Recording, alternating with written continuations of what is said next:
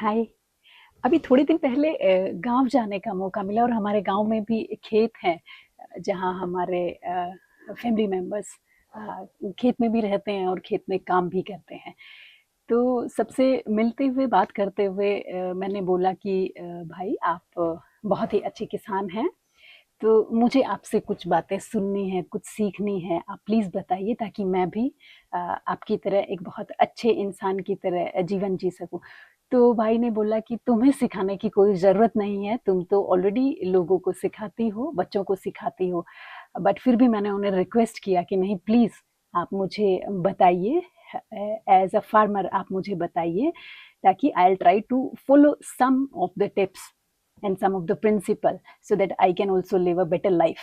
तो भाई ने जो बातें बताई उनसे मुझे लगा कि yes, we need to think like a farmer in a life so that we can live a balanced life. एक संयमित जीवन और बहुत ही अच्छे तरीके से हम कैसे जी सकते हैं, वो मैंने उनकी बातें जब सुनी तो मुझे रियलाइज हुआ।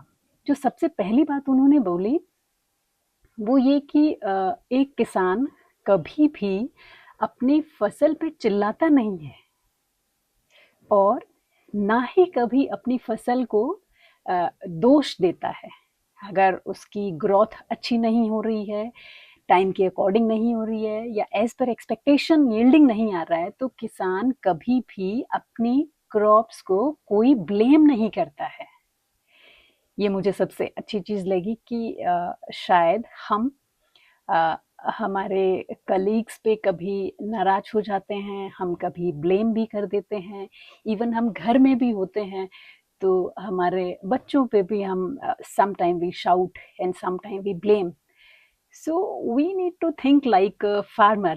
We should never ever shout, and we should keep in our mind that we need not to blame them if the outcome or the productivity is not as per our expectations.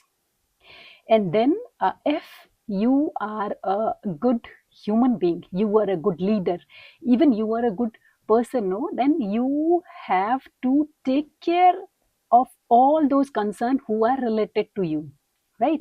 क्योंकि एक किसान अपनी फसल की care ऐसे करता है कि प्रॉपर इरिगेशन भी होना चाहिए, और किसी फर्टिलाइजर की ज़रूरत है, किस टाइम पे ज़रूरत है, हर टाइम शेड्यूल के अकॉर्डिंग उसकी सिंचाई भी की जाती है, और उसमें जिस तरह की भी खाद की ज़रूरत होती है और जिस तरह की मैन्योर की ज़रूरत होती है, वो सब टाइमली दिया जाता है। तो मुझे ये बात भी बहुत अच्छी लगी। और उन्होंने कहा कि टाइम टू टाइम हम लोग उसकी निराई गुड़ाई भी करते हैं, मीन्स जो वीडिंग हो जाती है एक्सेस, जैसे क्रॉप ग्रो करते हैं तो उसके साथ कुछ अननेसेसरी प्लांट्स भी आ जाते हैं, जिसकी वजह से एक्चुअल क्रॉप की ग्रोथ प्रॉपर नहीं हो पाती, तो उन्हें टाइमली रिमूव करते रहना चाहिए। Now think how we can correlate this concept with our life and are working and are dealing with the people, कि हमें भी इन चीज़ों का कैसे ध्यान रखना चाहिए।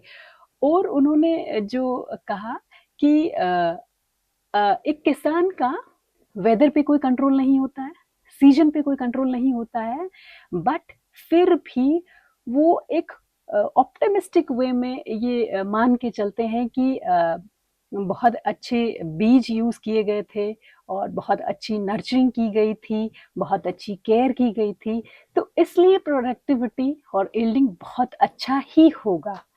आप नहीं जानते कि मौसम कैसा रहेगा, आप नहीं जानते कि कैसा क्लाइमेट रहेगा, और अभी जो भी चेंजेस होंगे क्लाइमेट में वो आपकी क्रॉप्स के लिए फेवरेबल है भी या नहीं भी, but still they always hope for the best, कि जिन चीज़ों को कंट्रोल नहीं कर सकते उनके बारे में सोचने की क्या ज़रूरत है। तो मुझे ये सब बातें बहुत अच्छी लगी। I thought that we can also follow the principles of farmer, and we can also think like a farmer in a life to live a balanced life. एक संयमित और अच्छा संतुलित जीवन हम कैसे जी सकते हैं, शायद इन बातों को हम ध्यान में रख के इम्प्रूव कर सकते हैं। Thank you.